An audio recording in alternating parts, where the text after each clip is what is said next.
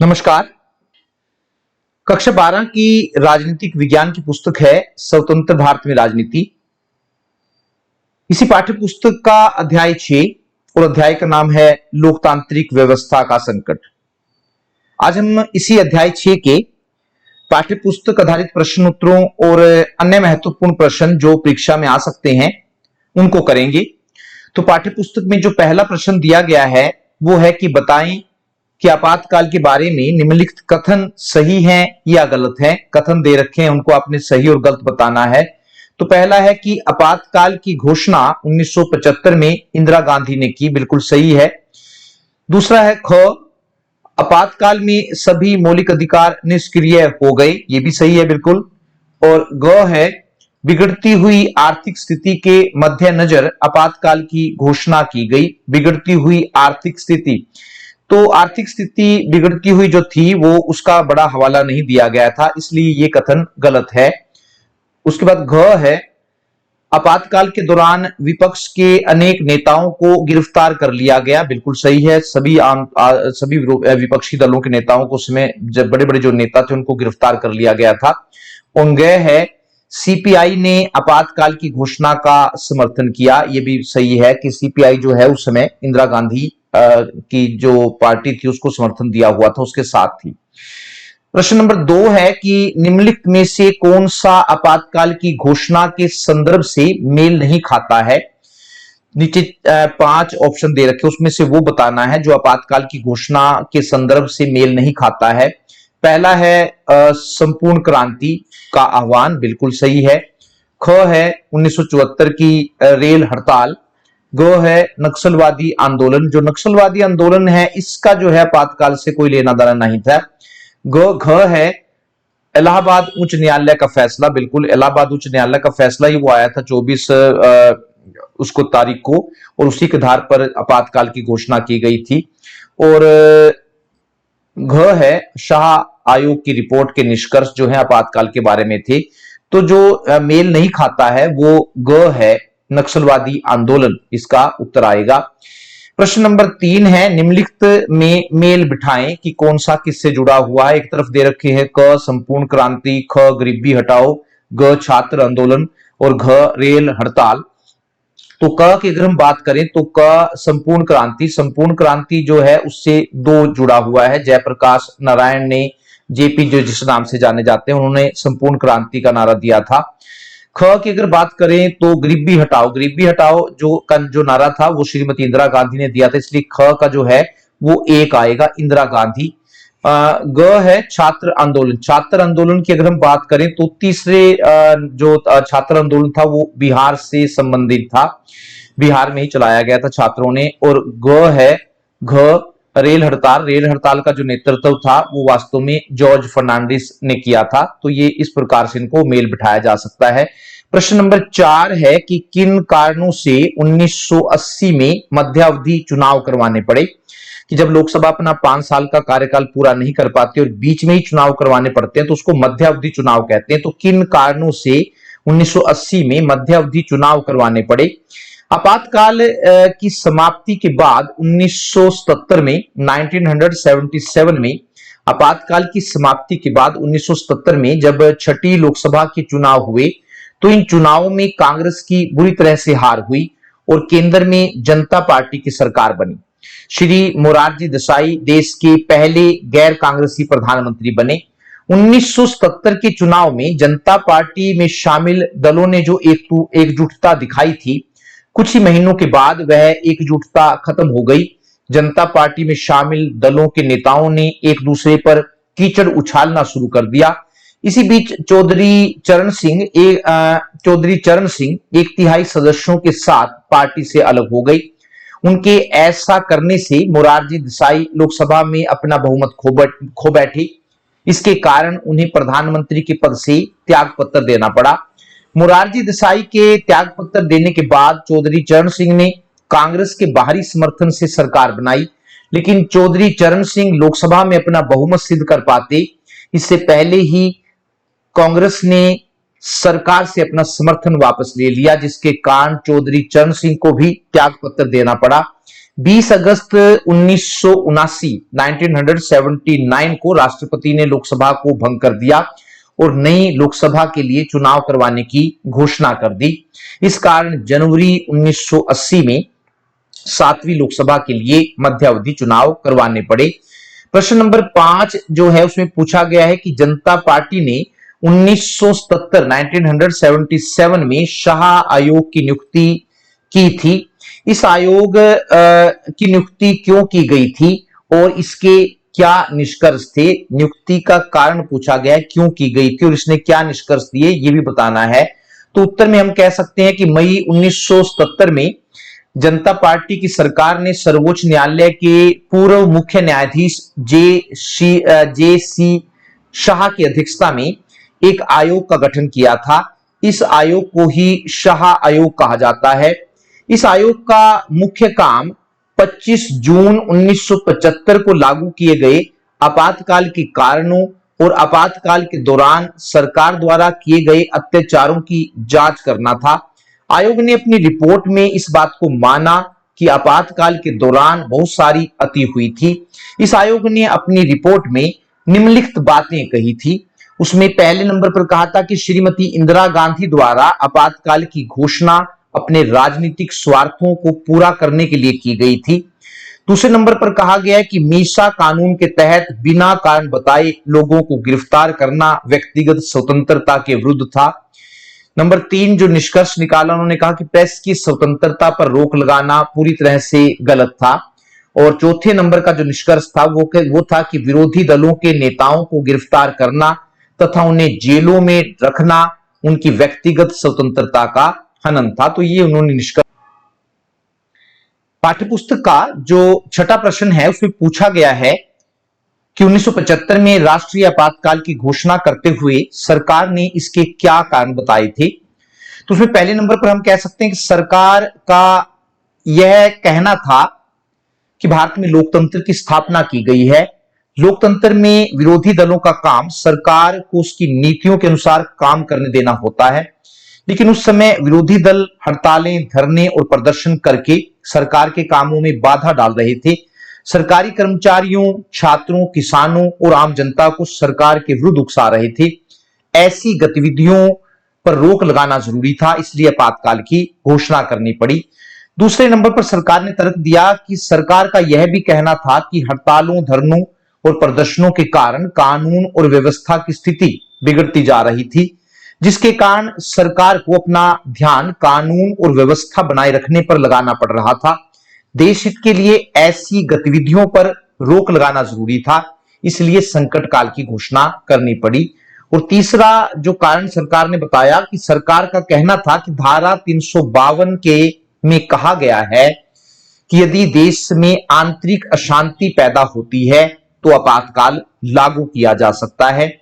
उस समय भी देश के कई भागों में आंदोलन होने के कारण आंतरिक अशांति पैदा होने का खतरा पैदा हो गया था, इसलिए आपातकाल को लागू करना पड़ा। 7वें नंबर पर जो अभ्यास का प्रश्न है वो पूछा गया, उसमें 1977 के चुनाव के बाद पहली दफा केंद्र में विपक्षी दल की सरकार बनी, ऐसा किन कारणों से संभव हुआ। या फिर सिंपल से वो पूछ सकता है परीक्षक आपसे कि 1977 के चुनाव में कांग्रेस पार्टी की हार और जनता पार्टी की जीत के क्या कारण थे।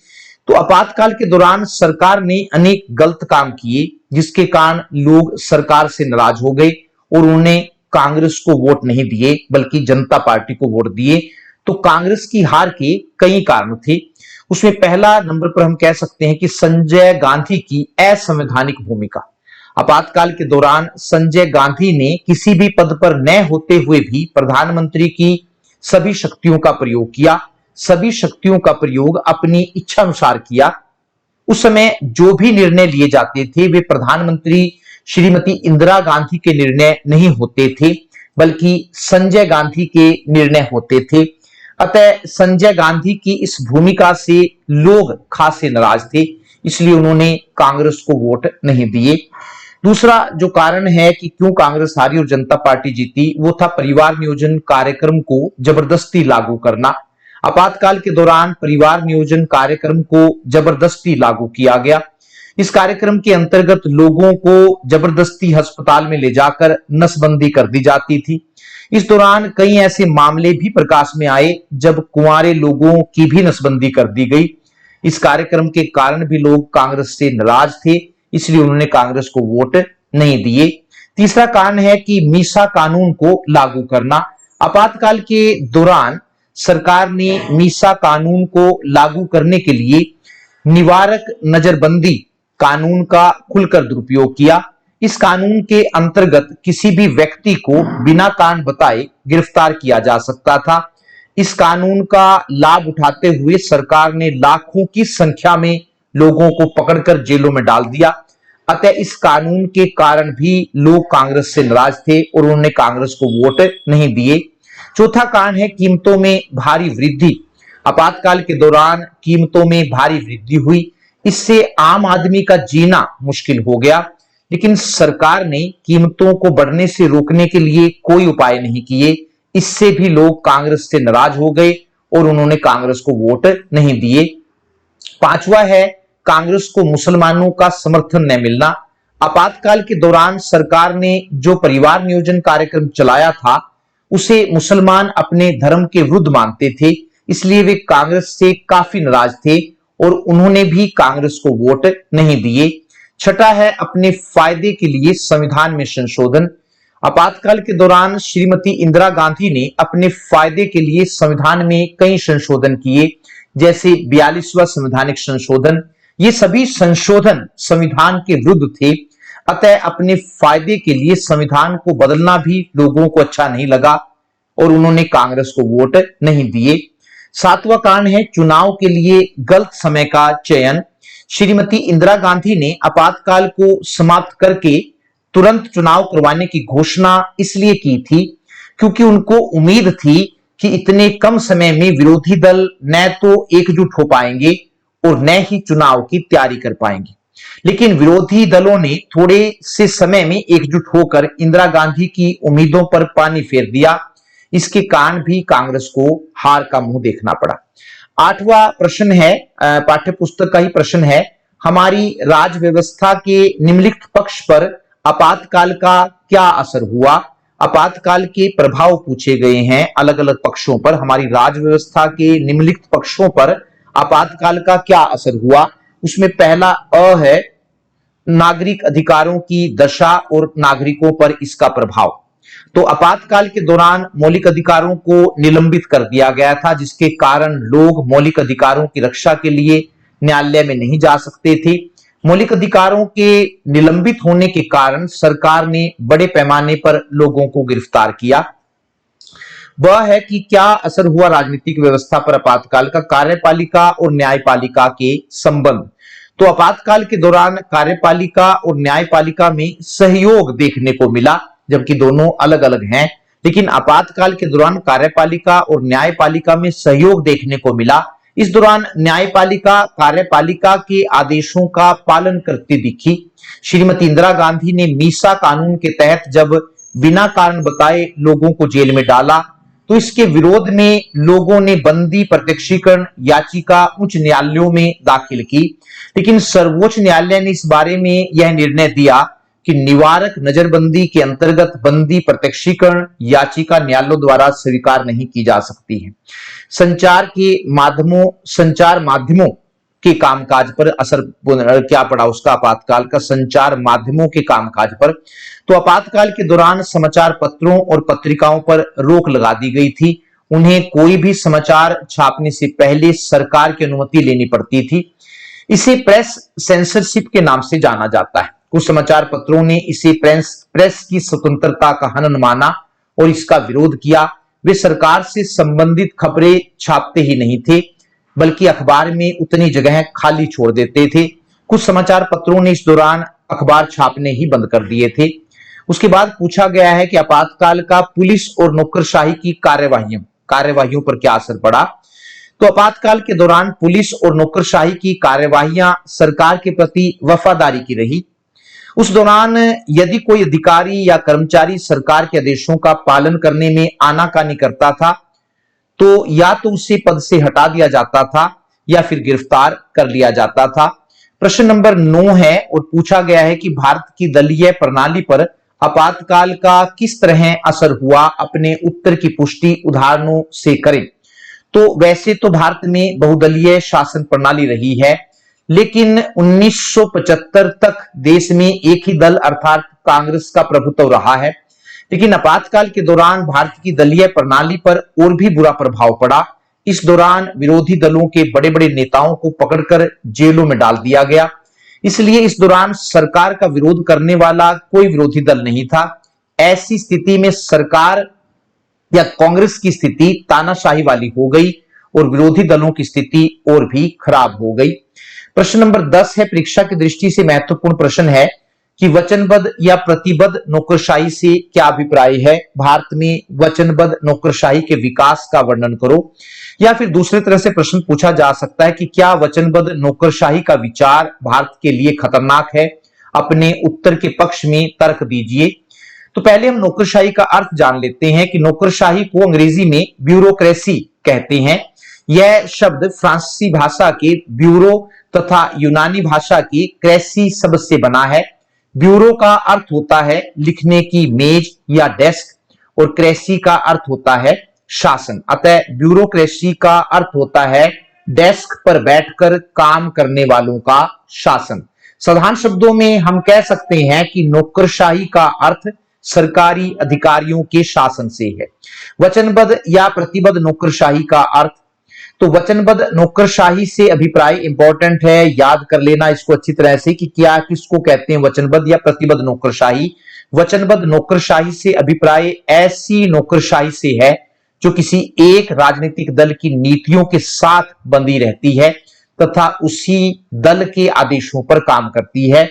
ऐसी नौकरशाही निष्पक्ष होकर काम नहीं करती है। वचनबद्ध नौकरशाही केवल ऐसे देशों में सफल हो सकती है जहां केवल एक दल का शासन हो।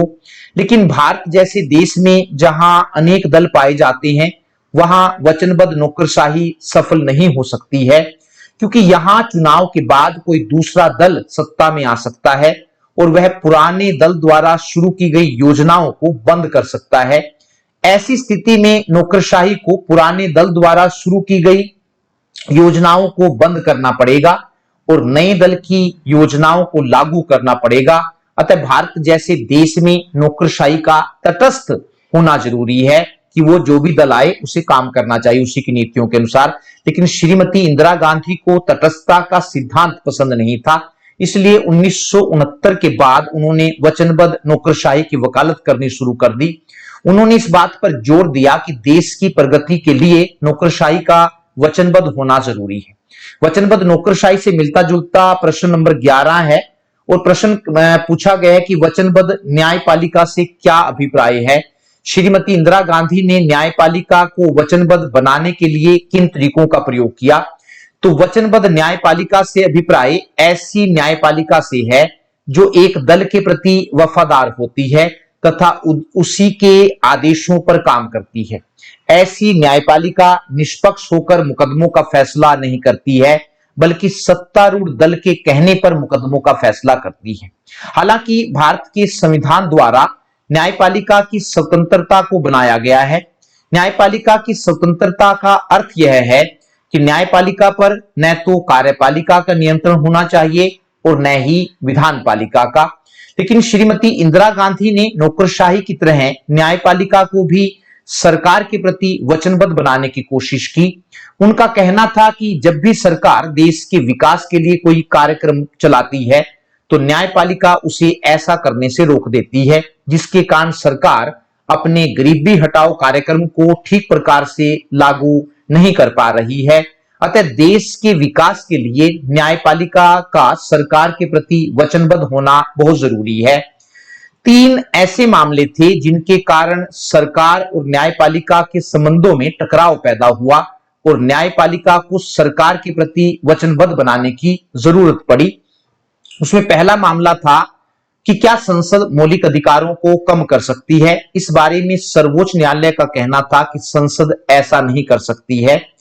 दूसरा मामला था कि क्या संसद संविधान में संशोधन करके संपत्ति के अधिकार को खत्म कर सकती है। तो इस बारे में सर्वोच्च न्यायालय का कहना था कि संसद ऐसा नहीं कर सकती है। और तीसरा मामला था कि क्या संसद संविधान में संशोधन करके राज्य नीति के निदेशक सिद्धांतों को प्रभावशाली बनाने के लिए मौलिक अधिकारों को कम कर सकती है। तो इस बारे में भी सर्वोच्च न्यायालय का कहना था कि संसद ऐसा नहीं कर सकती है। प्रश्न नंबर 12 है, इंपॉर्टेंट प्रश्न है, गुजरात का नवनिर्माण आंदोलन, नवनिर्माण या रिकंस्ट्रक्शन मूवमेंट ऑफ गुजरात पर नोट लिखो। तो गुजरात पहले बंबई प्रांत का भाग था। 1 मई 1960 को बंबई प्रांत को 2 राज्यों महाराष्ट्र और गुजरात में बांट दिया गया। अलग राज्य बनने के बाद अहमदाबाद को गुजरात की राजधानी बनाया गया। 1973 में गुजरात में कांग्रेस की सरकार थी और चिमन भाई पटेल गुजरात के मुख्यमंत्री थे। इसी वर्ष वर्षा न होने के कारण देश में अनाज की कमी हो गई। अनाज की कमी होने के कारण महंगाई बढ़ने लगी। इस महंगाई का प्रभाव गुजरात पर भी पड़ा। जनवरी 1973 में अहमदाबाद के एक इंजीनियरिंग कॉलेज के छात्र हड़ताल पर चले गए क्योंकि यहां हॉस्टल में दिए जाने वाले खाने में 20% की वृद्धि कर दी गई थी। इसके बाद पूरे गुजरात में सरकार के खिलाफ आंदोलन शुरू हो गया। जब सरकार आंदोलन को दबाने में असफल रही तो गुजरात के तत्कालीन मुख्यमंत्री चिमन भाई पटेल को उनके पद से हटा दिया गया और स्थिति पर काबू पाने के लिए गुजरात में राष्ट्रपति शासन लागू कर दिया गया। विपक्षी दलों ने राज्य में दोबारा चुनाव करवाने की मांग की और 1975 में जब दोबारा चुनाव करवाए गए तो इन चुनावों में कांग्रेस की हार हुई और राज्य में गैर कांग्रेसी सरकार बनी। इससे केंद्र सरकार की छवि को धक्का लगा। प्रश्न नंबर 13 है, बिहार आंदोलन पर नोट लिखो। यह भी एक इंपॉर्टेंट प्रश्न है।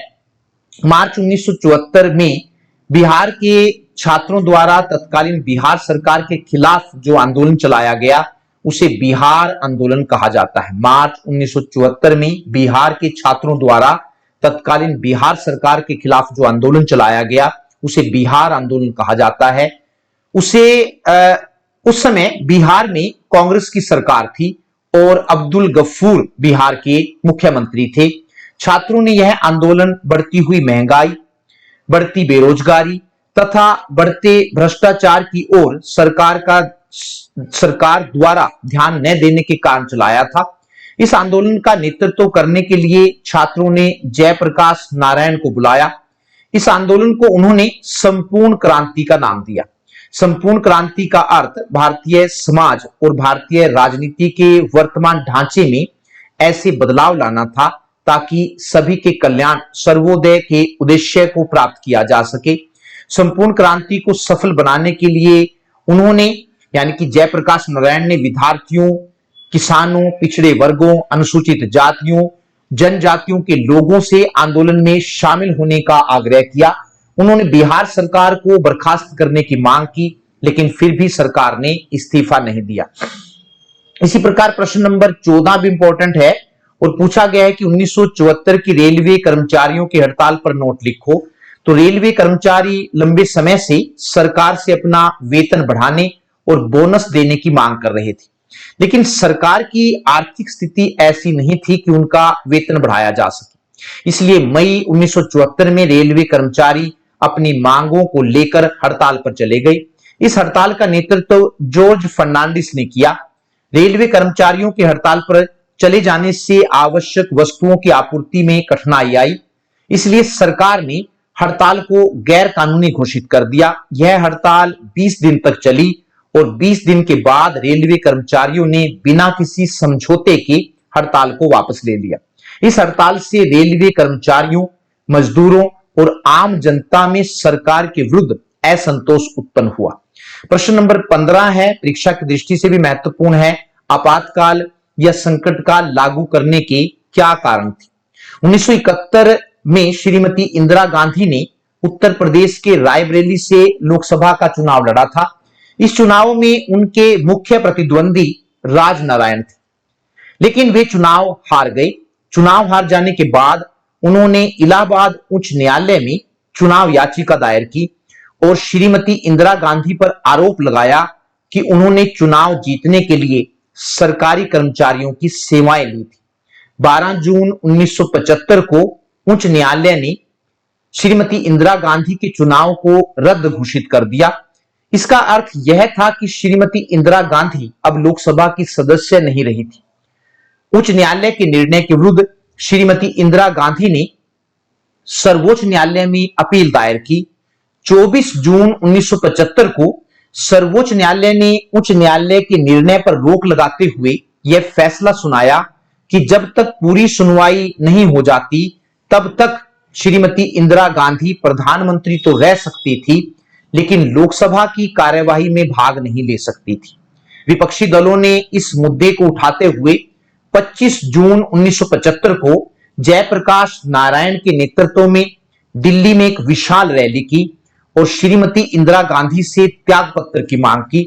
इन घटनाओं से डरकर श्रीमती इंदिरा गांधी ने 25 जून 1975 की आधी रात को धारा 352 के तहत तत्कालीन राष्ट्रपति फखरुद्दीन अली अहमद को आंतरिक संकट काल लागू करने की सिफारिश की और राष्ट्रपति ने तुरंत संकट काल की घोषणा कर दी। इसके लिए मंत्रिमंडल की अनुमति भी नहीं ली गई थी। लेकिन संकट काल की घोषणा का केवल यही एक कारण नहीं था, इसके पीछे और भी कई कारण थे। उसमें पहला आता है देश की बिगड़ती हुई आर्थिक स्थिति।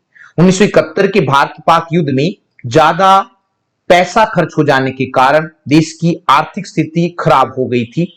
इसके अलावा 1973 में अंतरराष्ट्रीय बाजार में कच्चे तेल की कीमतों में भारी वृद्धि हुई। तेल की कीमतें बढ़ने के कारण भारत में भी चीजों की कीमतों में भारी वृद्धि हुई। इससे भी भारत की आर्थिक स्थिति खराब हो गई। आर्थिक स्थिति खराब होने के कारण पूरे देश में असंतोष बढ़ने लगा था। इस असंतोष को दबाने के लिए कठोर निर्णय लेने की जरूरत थी, इसलिए आपातकाल की घोषणा करनी पड़ी। आपातकाल की घोषणा में गुजरात का नवनिर्माण आंदोलन भी जिम्मेदार है, जिसकी हम पीछे व्याख्या कर चुके हैं।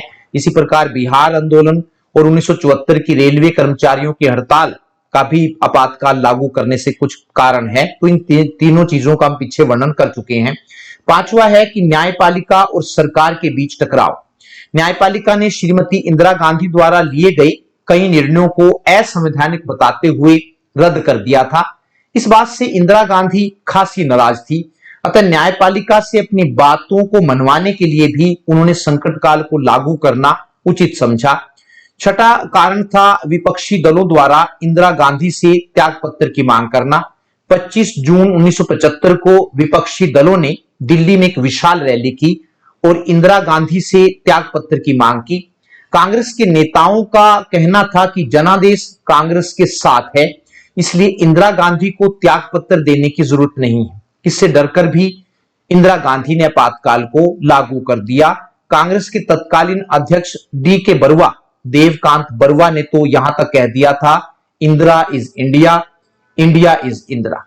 प्रश्न नंबर 16 है, आपातकाल की घोषणा के क्या परिणाम निकले। एक इंपॉर्टेंट प्रश्न है, कई बार परीक्षा में आया है। आपातकाल की घोषणा के क्या परिणाम निकले। तो 25 जून 1975 की आधी रात को श्रीमती इंदिरा गांधी के कहने पर तत्कालीन राष्ट्रपति फखरुद्दीन अली अहमद ने संकट काल की घोषणा की थी। आपातकाल की घोषणा होते ही सभी बड़े अखबारों की बिजली काट दी गई ताकि इस अखबार सरकार के खिलाफ कोई खबर न छाप सके। आपातकाल की घोषणा होने के बाद देश में निम्नलिखित घटनाएं घटी। उसमें पहला है बड़े पैमाने पर गिरफ्तारियां। आपातकाल की घोषणा होते ही विपक्षी दलों के बड़े बड़े नेताओं को पकड़कर जेलों में डाल दिया गया। इसके अलावा इस दौरान जिस पर भी शक हुआ उसे पकड़कर जेल में डाल दिया गया। दूसरा, प्रेस या जिसको हम समाचार पत्रों पर प्रतिबंध। आपातकाल की घोषणा होते ही समाचार पत्रों और पत्रिकाओं पर रोक लगा दी गई। उन्हें कोई भी समाचार छापने से पहले सरकार की अनुमति लेनी पड़ती थी। इसे सेंसरशिप के नाम से जाना जाता है।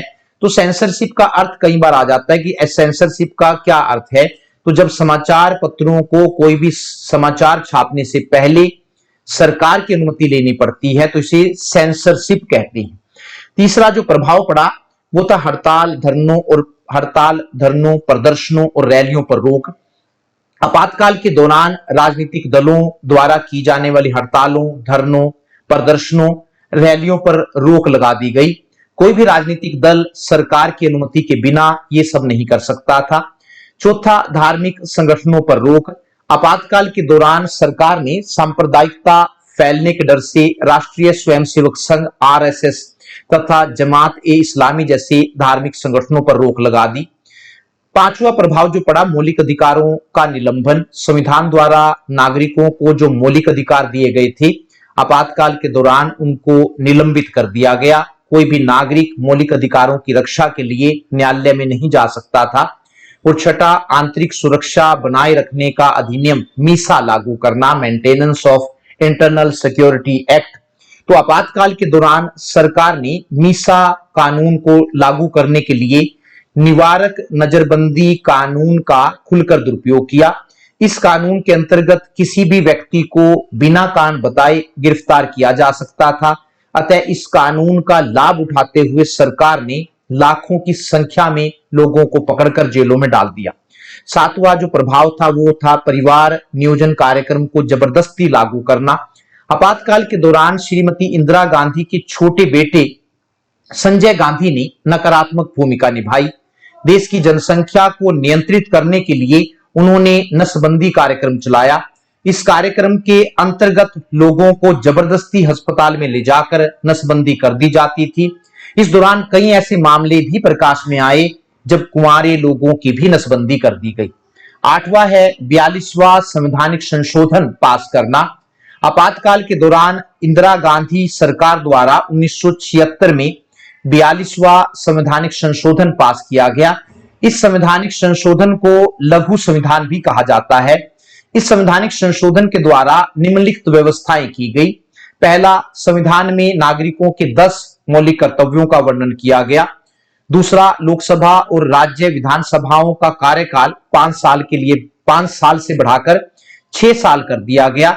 और तीसरा था, संविधान की प्रस्तावना में धर्मनिरपेक्ष और समाजवादी शब्द जोड़े गए। प्रश्न नंबर 17 है कि आपातकाल को लागू करना जरूरी था या फिर आपातकाल के बारे में क्या विवाद थे। दो प्रश्न है, किसी भी तरह से आ सकते हैं कि क्या आपातकाल को लागू करना जरूरी था। तो प्रायः यह प्रश्न किया जाता है कि क्या 1975 में आपातकाल को लागू करना जरूरी था या यह जल्दबाजी में बिना सोचे समझे उठाया गया कदम था। तो पक्ष में तर्क जो है, सरकार ने इसके पक्ष में तर्क दिए हैं। तत्कालीन सरकार ने आपातकाल को सही बताते हुए निम्नलिखित तर्क दिए हैं। और पहला है कि सरकार का कहना था कि धारा 352 में कहा गया है कि यदि देश में आंतरिक अशांति पैदा होती है तो आपातकाल लागू किया जा सकता है। उस समय भी देश के कई भागों में आंदोलन होने के कारण आंतरिक अशांति पैदा होने का खतरा हो गया था, इसलिए आपातकाल को लागू करना पड़ा। दूसरा तर्क दिया सरकार ने कि सरकार का यह भी कहना था कि भारत में लोकतंत्र की स्थापना की गई है। लोकतंत्र में विरोधी दलों का काम सरकार को उसकी नीतियों के अनुसार काम करने देना होता है। लेकिन उस समय विरोधी दल हड़तालें, धरने और प्रदर्शन करके सरकार के कामों में बाधा डाल रहे थे। इन गतिविधियों पर रोक लगाना जरूरी था, इसलिए आपातकाल की घोषणा करनी पड़ी। और तीसरा तर्क दिया सरकार ने कि सरकार का यह भी कहना था कि हड़तालों, धरनों और प्रदर्शनों के कारण कानून और व्यवस्था की स्थिति बिगड़ती जा रही थी, जिसके कारण सरकार को अपना ध्यान कानून और व्यवस्था बनाए रखने पर लगाना पड़ रहा था। देश हित के लिए ऐसी गतिविधियों पर रोक लगाना जरूरी था, इसलिए संकट काल की घोषणा करनी पड़ी। लेकिन जहां सरकार ने पक्ष में तर्क दिए हैं वहां विपक्ष में भी तर्क दिए जाते हैं।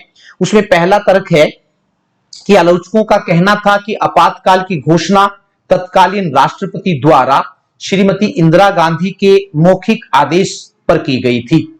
इसके लिए मंत्रिमंडल से कोई सलाह नहीं ली गई थी, जबकि संविधान में यह साफ साफ कहा गया है कि राष्ट्रपति संकट काल की घोषणा मंत्रिमंडल की सलाह अनुसार करेगा। अतः यह कहा जा सकता है कि श्रीमती इंदिरा गांधी ने संविधान का उल्लंघन किया था। दूसरा, आलोचकों का कहना था कि लोकतंत्र में हड़तालें, धरने और प्रदर्शन होना एक आम बात है। स्वतंत्रता आंदोलन के दौरान कांग्रेस ने भी इन तरीकों का प्रयोग किया था। अतः हड़तालों, धरनों और प्रदर्शनों के कारण आपातकाल की घोषणा करना सही नहीं था। तीसरा है, आलोचकों का कहना था कि यदि हड़तालों, धरनों और प्रदर्शनों के कारण कानून और व्यवस्था की स्थिति बिगड़ती जा रही थी तो सरकार के पास इतनी शक्तियां थी कि वह कानून बनाकर इन पर रोक लगा सकती थी। इसके लिए आपातकाल की घोषणा करना ठीक नहीं था। अतः यह कहा जा सकता है कि श्रीमती इंदिरा गांधी ने आपातकाल के नाम पर देश को बचाने के स्थान पर अपनी कुर्सी को बचाया। प्रश्न नंबर 18 है, यह भी इंपॉर्टेंट है और पूछा गया है कि आपातकाल से क्या सबक या शिक्षाएं मिली। आपातकाल लागू होने के बाद लोगों ने जो कष्ट सहे उससे लोगों को निम्नलिखित शिक्षाएं मिली। और पहला था कि आपातकाल लागू होने से यह बात उभर कर सामने आई कि भारतीय लोकतंत्र में कोई ऐसी कमी थी जिसके कारण एक व्यक्ति ने लोकतंत्र को समाप्त करके अपनी तानाशाही स्थापित करने की कोशिश की। लेकिन आपातकाल के बाद जब दोबारा चुनाव करवाए गए तो इन चुनावों में कांग्रेस की बुरी तरह से हार हुई।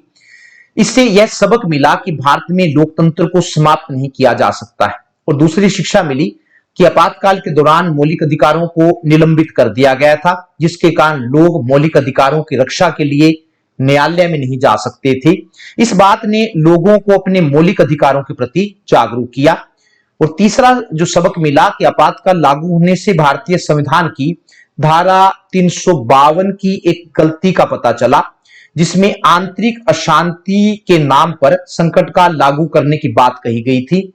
आपातकाल खत्म होने के बाद संविधान में संशोधन करके आंतरिक अशांति शब्द को निकाल दिया गया।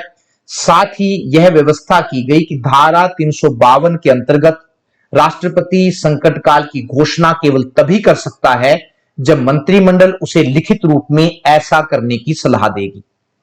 प्रश्न नंबर नेक्स्ट है, जनता पार्टी के जन्म पर नोट लिखो। इंपॉर्टेंट प्रश्न है। 25 जून 1975 को लागू किया गया संकटकाल को 18 महीने के बाद 18 जनवरी 1977 को समाप्त कर दिया गया और मार्च 1977 में छठी लोकसभा के चुनाव करवाने की घोषणा की गई। आपातकाल समाप्त होते ही जेलों में बंद सभी नेताओं को रिहा कर दिया गया। रिहा होने के बाद इन नेताओं ने यह अनुभव किया कि इंदिरा गांधी की तानाशाही से छुटकारा पाने के लिए एक राष्ट्रीय पार्टी का निर्माण करना जरूरी है, जिसमें सभी गैर कांग्रेसी दल शामिल हो। अतः जनवरी 1977 को जयप्रकाश नारायण के प्रयासों से मोरारजी देसाई के नेतृत्व में कांग्रेस ओ, चौधरी चरण सिंह के नेतृत्व में भारतीय लोकदल, अटल बिहारी वाजपेयी और लाल कृष्ण आडवाणी के नेतृत्व में भारतीय जनसंघ और जॉर्ज फर्नांडिस के नेतृत्व में सोशलिस्ट पार्टी ने मिलकर जनता पार्टी की स्थापना की। श्री मोरारजी देसाई को जनता पार्टी का अध्यक्ष बनाया गया और चौधरी चरण सिंह को जनता पार्टी का उपाध्यक्ष बनाया गया। 1977 के चुनाव में जनता पार्टी ने आपातकाल के दौरान किए गए अत्याचारों को चुनावी मुद्दा बनाया और लोकतंत्र बचाओ के नारे के साथ चुनाव लड़ा।